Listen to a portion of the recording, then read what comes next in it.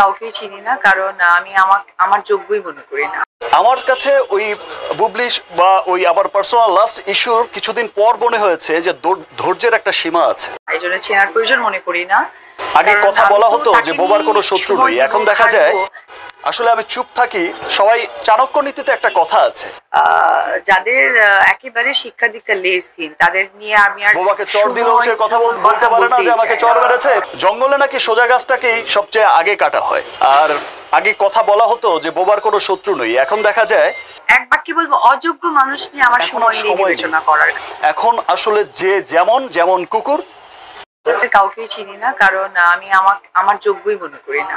আমার কাছে ওই বুবলিশ বা ওই আবার পার্সোনাল লাস্ট ইস্যুর কিছুদিন পর মনে হয়েছে যে ধৈর্যের একটা সীমা আছে। এই জন্য চেনার প্রয়োজন মনে করি না।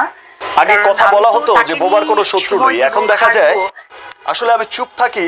সবাই চাণক্য নীতিতে একটা কথা আছে, যাদের একেবারে শিক্ষা দীক্ষা লেসহীন তাদের নিয়ে আমি আর বোবাকে চর দিলেও সে কথা বলতে পারে না যে আমাকে চর মেরেছে।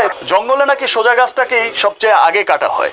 আর আগে কথা বলা হতো যে বোবার কোনো শত্রু নেই, এখন দেখা যায় এক বাক্যে বলবো অযোগ্য মানুষ নিয়ে আমার সময় নেই বিবেচনা করার। এখন আসলে যে যেমন কুকুর।